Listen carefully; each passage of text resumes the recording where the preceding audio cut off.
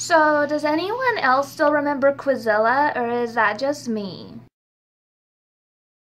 Hi guys, it's Caitlin, and today I'm going to be discussing Quizilla and my relationship with fanfiction.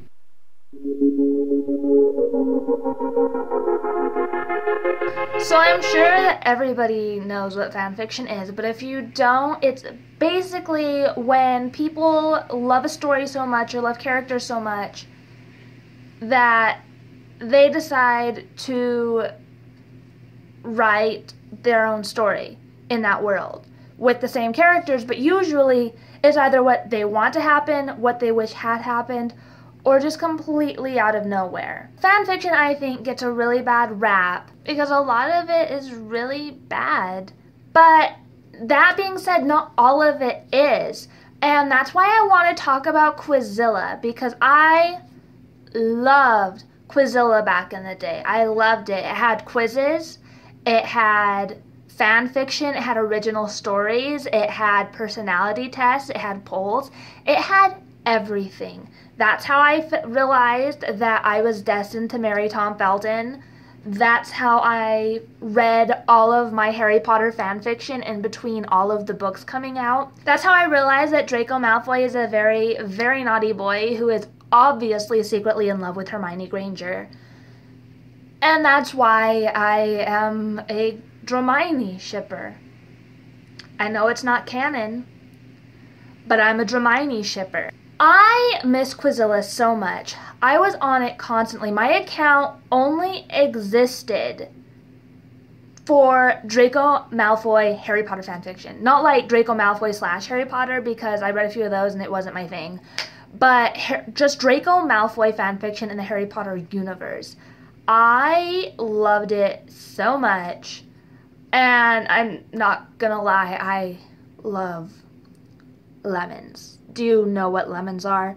I don't know if you do. If you were around during Quizilla, you know what a lemon is. But if not, I'm gonna explain it to you.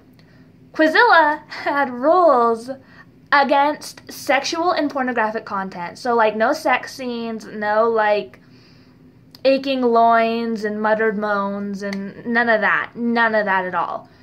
But let's be honest, middle school and teenage girls want to read sexy stories about their favorite male characters from books.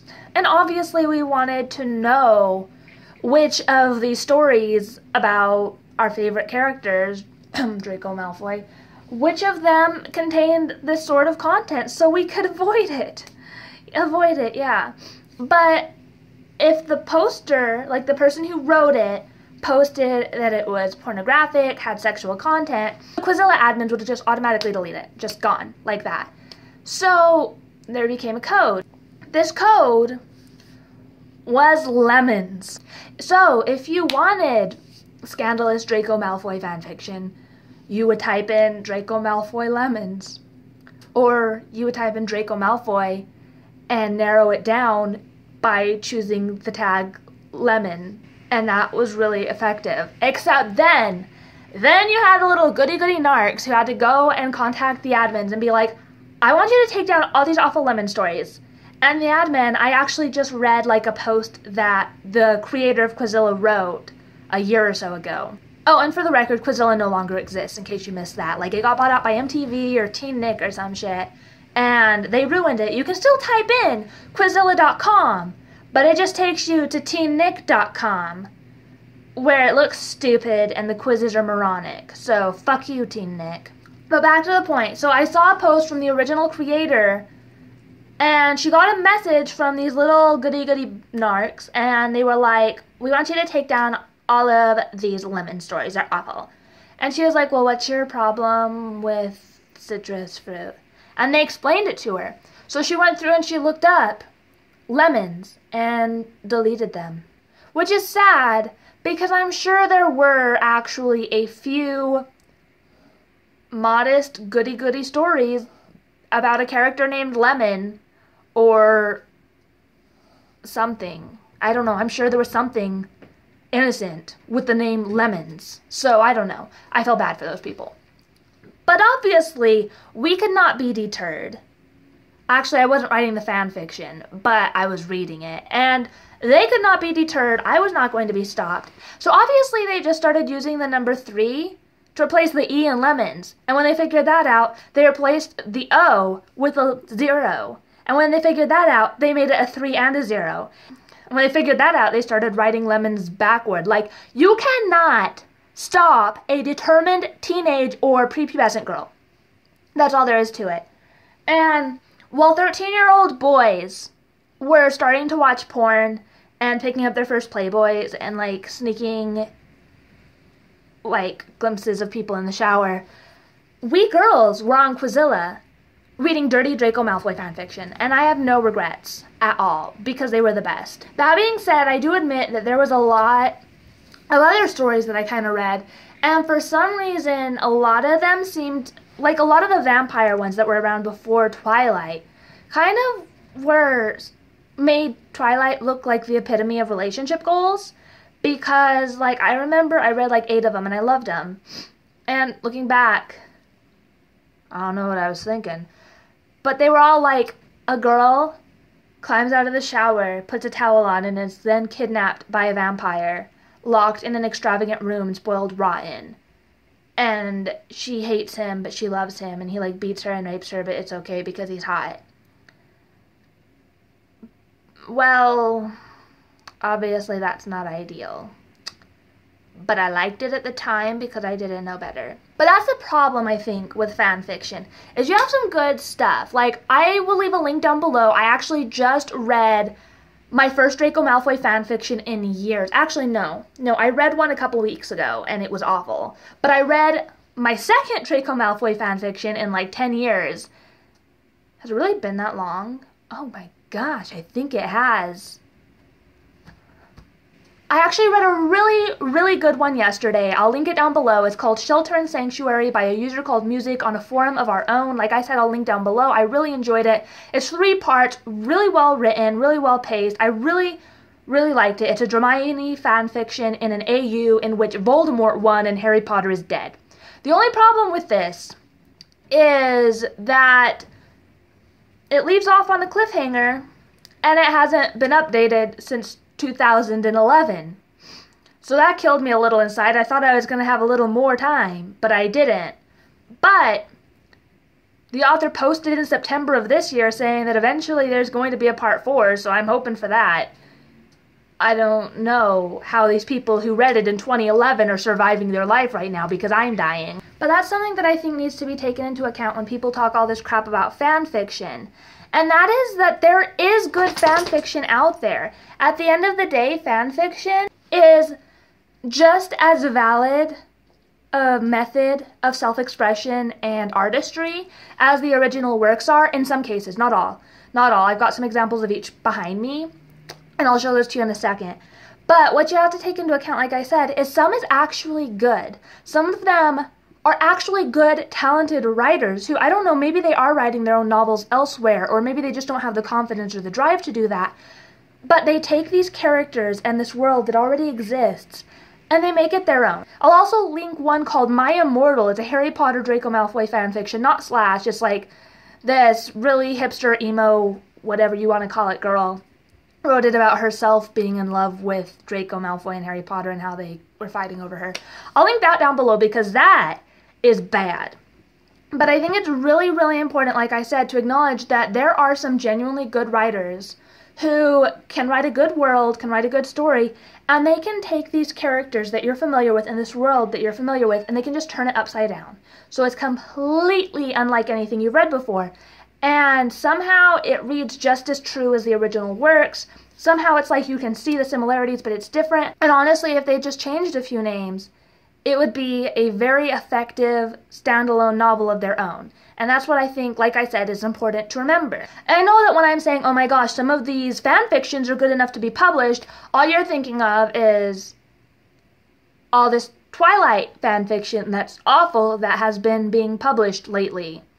And I can acknowledge that. I've read 50 Shades of Grey by E.L. James. I know it sold even more copies than Harry Potter ever did. I saw the movie. Movie made me sick. Like, literally, I was crying and wanting to barf by the end. This book isn't excellent. It's far from the worst fanfiction I've ever read. It's a shame that it got published. But at the same time, if I hadn't known that this was a Twilight fanfiction, I wouldn't have known it was a Twilight fanfiction. Because it's unique. It's like, the author's not good. I've heard she gets better in the later books, but I haven't picked them up, and I don't know if I ever will. But it's unique. It's an entirely different world. Even knowing that it's fanfiction, I can't really pick out the similarities other than, like, some of the names and some of the relationships. But this one is an example of that. It's not good, but it's far from just a copy of the author's original works. Another example of one done poorly is The After Quartet by Anna Todd. This is One Direction fanfiction, in which the One Direction members are no longer in a band together. They are, I think they're American mostly, except I think Harry Styles, aka Harden, is British still, but I think everybody else is supposed to be American. And it basically has just transplanted them into Washington, where they are all college students. And this is an example of the bad side of fanfiction, just like this is. And it's not necessarily because it's poorly written, although there are instances of bad writing, although I do admit that Anna Todd writes a much more compelling novel than E.L. James does, and her writing skills do increase exponentially from book 1 to book 2 and so on. But the problem with a lot of fanfiction is that it glorifies these abusive relationships, it's all about sex, there's no real content, it's just moving from sex scene to sex scene, making everything as dramatic and difficult as possible. And that is one of the valid complaints about fanfiction. But I still like it. But then we have I classify this as fanfiction, Carry On by Rainbow Rowell. This is a good book. It's well done. I really enjoyed it. It's one that is basically a fanfiction of a Harry Potter fanfiction, if that makes sense. In case you haven't heard, which I'd be surprised if you haven't, Rainbow Rowell, the author of this book, had previously written a book entitled Fangirl, following a girl who writes fanfiction about a series that Rainbow Rowell loosely based off of Harry Potter. This is that fanfiction reworked. So this is a fanfiction of Harry Potter based off of a fanfiction of Harry Potter.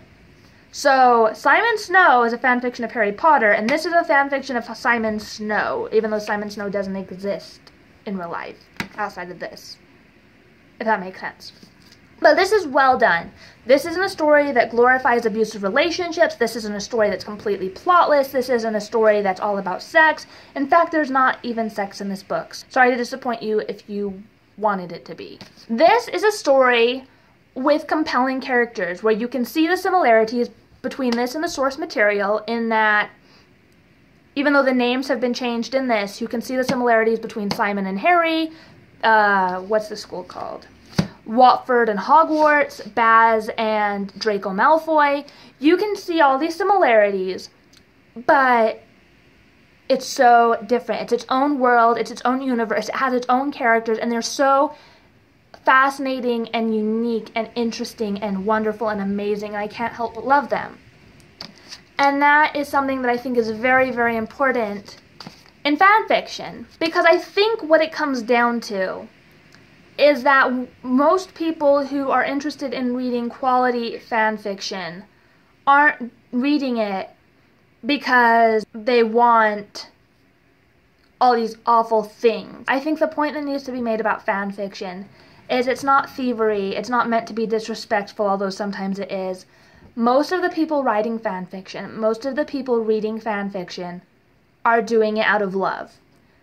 People wouldn't write or read fanfiction about characters and stories they don't care about, that they don't feel love for, that they don't passionately embrace and want more of. And that is why, despite all the bad fanfiction out there, I will always speak positively of it when possible. Because at the end of the day, you might have your 50 Shades of Grey, your After, your My Immortal, but then you also have your Shelter and Sanctuary, your Carry On, your Fangirl. And that's what I'm trying to get across in this really long-winded video, is that I respect authors of fanfiction. I respect fanfiction. I respect the original works. They're not canon. They're not necessarily in the same universe. But I think that it's important to acknowledge that they're just as valid and they're a labor of love for those of us writing it and those of us reading it. That's all I've got to say. If you guys remember Quizilla, comment down below, let me know. If you guys read fanfiction and have some really good recommendations for Draco Malfoy fanfiction, I ship Dramini hardcore, so if you have some quality Dramini fanfiction, let me know. Leave links down below. Let me know all this. I want to get back into Dramini fanfiction. If you have a site that's taken over for Quizilla, let me know. I miss Quizilla so much. I had 2 accounts on it, Broken and Clandestine Imposter. I was a little emo girl, get off my case. And that's all I got today. Let me know what you guys think of fanfiction, answer my previous questions, and I will talk to you guys next time. Thanks so much for watching. Bye!